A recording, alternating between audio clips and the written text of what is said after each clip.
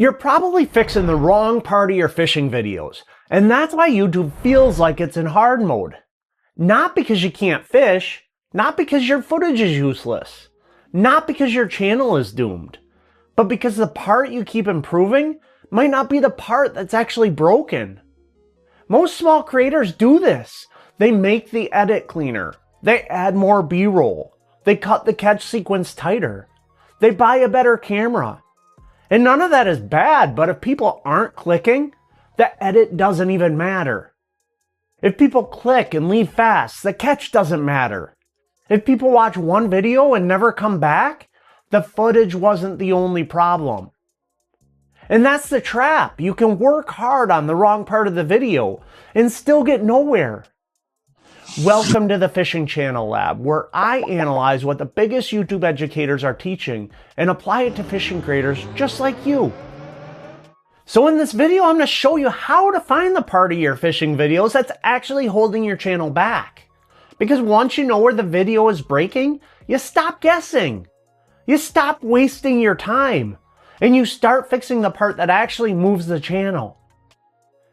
Here's a simple way to think about it. Your fishing video is not one thing. It's a chain. If one of those links break, everything after it loses power. So let's find the link you've been fixing around instead of fixing directly. Let's start with the part most fishing creators don't want to hear. A great fishing trip doesn't automatically make a great fishing video. That sounds obvious, but it's the reason a lot of channels stay stuck. You go out, you grind for 6 hours. You finally catch a good fish. Maybe it's a nice bass. Maybe it's your first big redfish of the season. Maybe it's just a tough day where you finally figured out a pattern. And when you get home, you think, this is the video. But the viewer wasn't there for the trip. They don't know how hard it was. They don't feel the sunburn. They don't know that you changed baits 12 times. They don't know that the wind switched. They don't know that that one fish saved your entire day. All they see is a title and a thumbnail next to 100 other videos. And in 1 second, they decide if your trip is actually worth their time. That doesn't seem fair, but that's how YouTube works. Think about it like a fishing spot. You can have the best lure in the boat. You can have the best rod. You can tie the best knot. You can have the best hook set. But if you're fishing dead water, none of that matters. The same thing happens on YouTube. You can have a good video inside. But if the idea is dead water, the viewer never bites. So the first link is the idea. And for fishing creators, this is where a lot of videos break. Not because the topic is bad, but because the promise is weak. Fishing a local pond, went out for bass, trying a new lure, day on the water. Those might all be true, but they don't create a reason to click. The viewer is asking one question. Why should I watch this video? Not any fishing video, but this one, right now. If your idea doesn't answer that, the chain is already weak. A strong fishing idea usually has one of three things. A clear problem, something like why you're not catching bass in dirty water. A clear outcome, how to find fish fast on a new lake. Or clear tension, I had 1 hour to catch dinner. See the difference? See how it gives the viewer a reason to care? And this is where small creators accidentally play on hard mode. They make videos about their day. Big channels make videos about the viewer's curiosity. That doesn't mean that you can't show your day. It means the day needs a point, a question, a problem, a payoff. So link 1 is simple. Ask this before you film. What is the viewer clicking to get?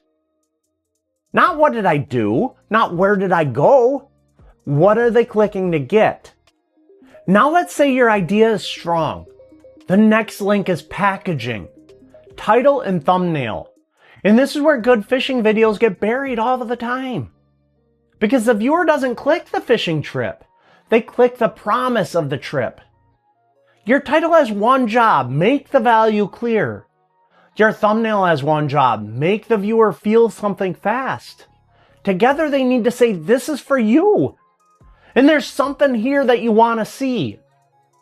A lot of small fishing creators use the title like a label. Spring bass fishing, new lure test, bank fishing at the river. That tells me the category, but it doesn't sell the click. A better title creates a promise. The only lure that got bit today. I found a bass where everyone else quit. Stop bank fishing without checking this first. Now the viewer has a reason to click. And the thumbnail shouldn't just repeat the title. If the title says, the only lure that got bit today, the thumbnail might show your face looking at one bait, with text saying, this was it. That adds emotion. It doesn't just say the same thing again. Title is clarity. Thumbnail is feeling. One tells them what they'll get, the other makes them want it. When both do the same job, the package gets weaker. When they work together, the click gets easier. Now here's the part most people miss. Your packaging isn't competing against your old videos. It's competing against every other video on the homepage. That means your small fishing channel might be sitting next to a creator with a camera guy, a thumbnail designer, a full-time editor, 10 years worth of audience trust. That's the field. There's no beginner pond on YouTube. Everyone gets thrown into the same lake. So if your thumbnail looks like a random screenshot and their thumbnail looks like a clear moment with emotion, the viewer doesn't know that you're new. They just choose the video that feels worth their time. It's not personal. It's just the way that it is. So here's the fix. Before you upload your next video, put your thumbnail next to 5 videos in your niche that recently did well. Don't ask, do I like mine? Ask, would a stranger notice mine? That one question will hurt, but it'll make you better. It's like laying your tackle out next to someone who's catching fish. Suddenly you see the gap. Not to feel bad, but to adjust. The next link is the hook. This is where the viewer already clicked, but they haven't committed yet. A click isn't trust. A click is a chance. The first 10 to 30 seconds need to prove that the video that they clicked is actually the video that they're getting. If your title promises something like how to find bass quickly on a new lake, don't start with 2 minutes of launching the boat. Don't start talking about the weather. Don't start with, what's up guys, welcome back to the channel. Start with the problem. New lakes are hard because everything looks fishy. So today I'm using a 3-step check to find the first bite fast. Now the viewer knows that they're in the right place. The hook should confirm the click. It shouldn't make them wait to understand why they clicked. A fishing hook needs 3 things: topic clarity, viewer reason, and an open loop. Something like dirty water can make bass fishing feel impossible. But today I'm not guessing. I'm only looking for 3 signs that tell me where the active fish should be. If I'm right, we should be able to find a bite without wasting half the day casting at dead water. That's clear, and it's about them. And it opens a loop. The mistake is starting with context before tension. Context is important, but tension earns the context. It's like setting the hook. You don't wait until the fish is done thinking about it. You hit the moment. Now let's say that they clicked. The hook worked. They're watching. The next link is the body. This is where a lot of fishing videos turn into footage dumps. And I get it. You have all this footage. You remember the day. You know why each cast mattered. But the viewer only cares if each moment moves the video forward to the next moment. Every section needs a job. It should either build tension, teach something, set up the payoff, or change what the viewer understands. If it doesn't do any of those, it's probably just there because you remember filming it. It's a painful edit, but it's the difference between a fishing video and a fishing memory. The viewer didn't click for your memory. They clicked for a result, a story, or a feeling. So instead of thinking, what happened next? Think, why does this next part matter?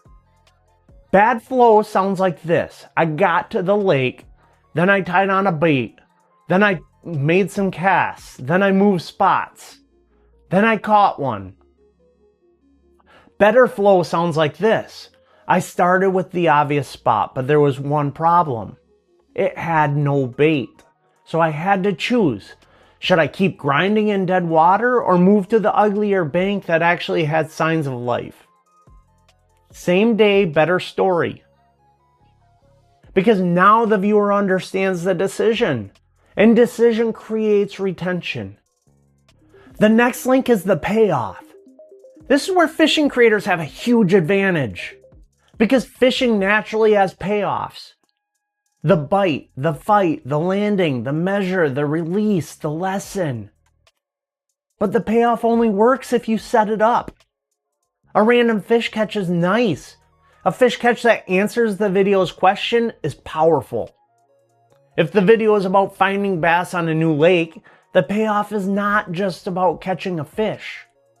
The payoff is showing why that fish was there, what clue mattered, what choice worked, what the viewer can do next time they are in the same situation. That's transformation. It's not just information. Information is use a chatterbait in the wind. The transformation is when the wind pushes the bait into a muddy bank, throw a chatterbait first because it helps you find active fish fast. One is fact. The other changes how they fish. And fishing channels grow when viewers feel that change. They should leave thinking, I can use that next time I'm out. Not, that guy had a good day. That's the difference. Now there's one more link that small channels ignore. The next video. Growth doesn't come from one video getting one view. It comes from one video turning into another view, and another, and another. This is where consistency matters, but not just posting once a week. Consistency means the same viewer can come back and get another video that serves the same problem. For a small fishing channel, that might be something like helping bank anglers catch more bass, helping kayak fishermen find fish faster, helping weekend anglers make the most of short trips, helping new fishing creators turn trips into better videos. The point isn't to talk to everyone who fishes. The point is to become useful to one kind of viewer over and over and over again. Because if one video is a pond fishing tip, the next is a tournament vlog, and then a gear review, and then a camping video, and then a rant about the algorithm, the viewer doesn't know why they subscribed. And YouTube doesn't know who to send you to. Variety feels creative, but without a clear viewer, it can reset your momentum. It's like changing spots after every cast, wondering why you can't pattern fish. You never stay long enough to learn what's working. So here's the simple test. Look at your last 5 fishing videos. Ask one question. Where did the chain break? Did the idea give a stranger a reason to care? Did the title make the value clear? Did the thumbnail create fast emotion? Did the hook prove they clicked the right video? Did the body move forward or just show what happened? Did the payoff teach, reveal, or complete the promise? Did the video make the next one feel obvious? Don't fix all 7 at once. That's how you stay stuck. Find the weakest link. Fix that first. If people aren't clicking, don't spend 10 more hours on the edit. Fix the idea, title, and thumbnail. If people click but leave fast, fix the hook. If people watch but don't come back, fix the payoff in the next video. You don't need random YouTube advice. You need the right fix for the right problem. That's how small fishing creators switch out of hard mode. And once you see this, you can't unsee it. A fishing video isn't just a trip. It's a promise, a path, a payoff. The idea creates interest. The package earns the click. The hook earns the first minute. The body keeps them moving. The payoff makes it worth it. And the next video turns one view into a real audience. Your fishing might already be good enough. Your footage might already be good enough. Your channel might not need a whole new personality. It might just need you to stop fixing the wrong thing. And if you want to keep going, watch this video next. Because I'll show you how to turn a normal fishing trip into a video idea people actually want to click.